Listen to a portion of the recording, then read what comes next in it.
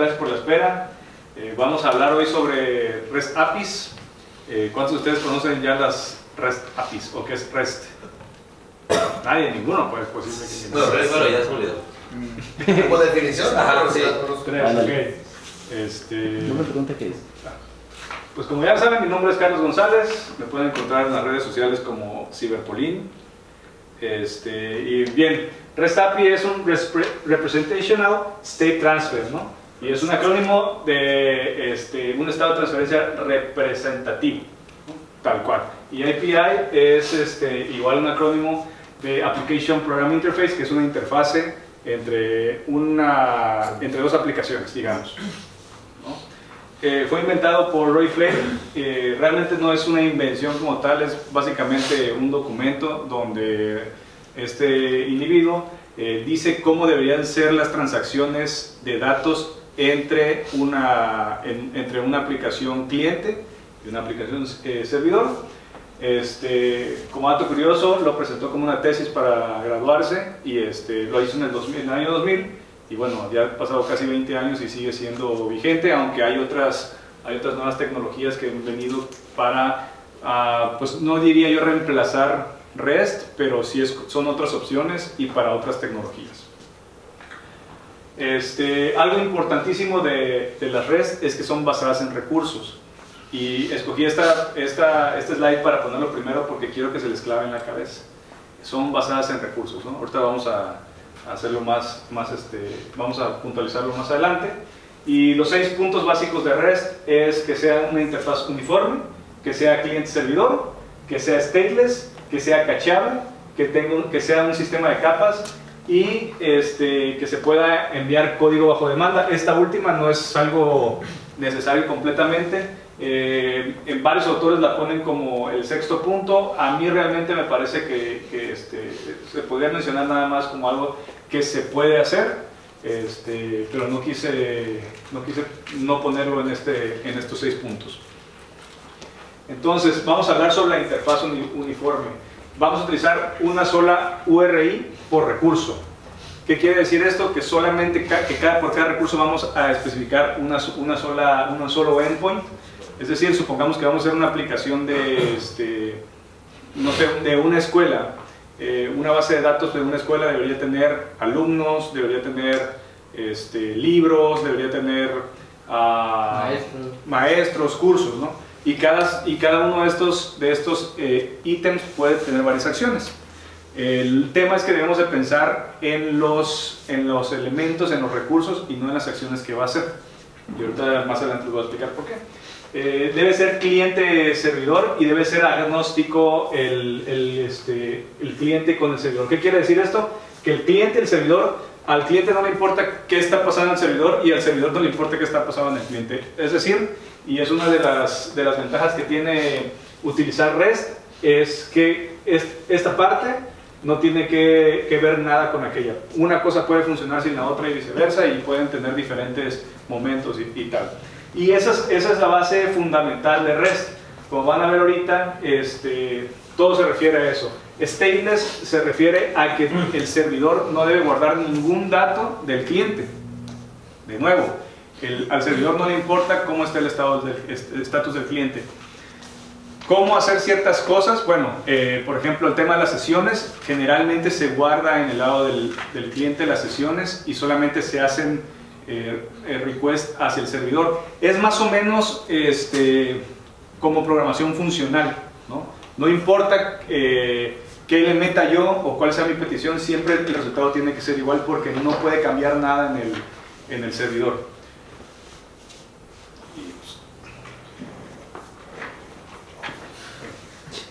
Okay. Tiene que ser cacheable. Esto, bueno, o puede ser cacheable. Este es uno de los puntos que no me parece que sean necesarios como tal, y quiere decir que hay ciertas peticiones que se pueden cachear en el servidor.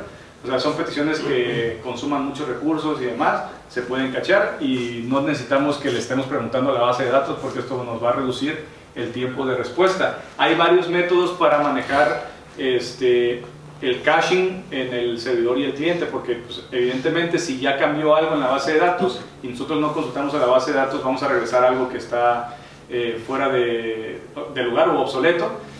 Hay varios métodos para manejar esto, bastante sencillos, se manejan por algunos elementos que se mandan en la cabecera. No lo vamos a ver ahorita porque pues la idea de esto es que sea introductorio, les voy a dar una liga para que vean más cosas. Y bueno, el sistema de capas, de nuevo, y es algo que es redundante en el escrito de Roy Fleming.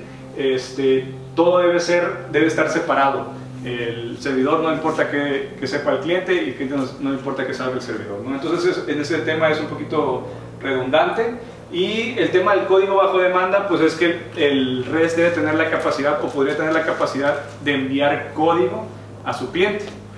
Entonces, les digo que esto no me parece como que sea algo necesario o un punto, pues realmente que deba ser forzoso, porque, y ni siquiera mencionado porque al final de cuentas el código es texto, ¿no? Y lo que nos sirve en un REST es texto. Entonces, pues tú puedes tener la habilidad o deberías poder tener la habilidad de meter código en tu respuesta y utilizarlo en tu cliente, ¿no? Bajo este punto hay varios servicios que ya están funcionando que te permiten hacer, digamos, como un REST de código, y es como una tendencia que está en el momento apenas explotándose, ¿no? Entonces, bueno, vamos a seguir los puntos para diseñar un REST API. Son 4 básicamente. El primero es identificar los recursos y lo que les comentaba, ¿no? Digamos que tenemos alumnos, libros, maestros, crear libros y eliminar libros. Sabemos que estas son acciones, no son sustantivos. Entonces nos vamos a centrar en los sustantivos y en las cosas. Si estamos hablando de una base de datos relacional, seguramente estamos hablando de alguna tabla, ¿no? O sea, este esquema de diseño lo venimos repitiendo desde un MVC. Incluso si estamos manejando bases de datos como Mongo o como Firebase, pues en general deberían ser los nodos, ¿no? O nuestros nodos deberían ser sustantivos y de ahí meterle más cosas.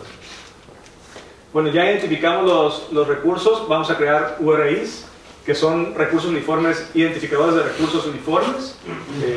Es igual a un acrónimo, es lo mismo que endpoints, es lo mismo que URLs, pero URIs es un término que se acuña para el manejo de REST y significa que es un recurso de identificador uniforme, tal cual. Y esta es la parte, pues digamos, que más importante para implementarlo, y el esquema que vamos a utilizar sería el recurso, el ID del recurso. Si este recurso tiene recursos adentro de sí mismo, otra vez el recurso y otra vez el ID de recurso, y esto se puede repetir infinitamente hacia abajo. Lo que nosotros, bueno, ahorita vamos a seguir. Determinar la estructura. Yo le puse JSON porque es lo que generalmente utilizamos. Se puede utilizar XML. Eso no es, no tiene nada que ver con la arquitectura, con lo que es un REST. Pero bueno, para ejemplos prácticos vamos a pensar en un JSON y hay que determinar esa estructura para saber qué vamos a recibir, básicamente.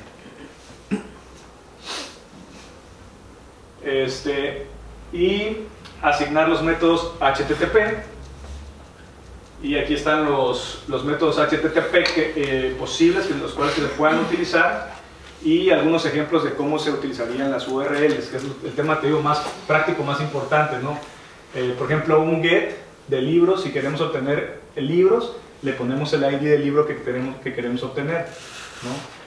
Si quisiéramos obtener todos los libros, pues dejamos solamente libros, y eso nos debería traer todos los libros o una paginación de los mismos. El método get, pues, es para obtener cosas de un endpoint. El método post es para poner cosas, y si se va a agregar un nuevo libro se pone solamente el nombre del recurso, y automáticamente, ya por convención, deberíamos saber que ese endpoint sirve para crear un nuevo libro. El put, si vas a hacer un nuevo libro o crear, aquí hay un ¿cómo se llama?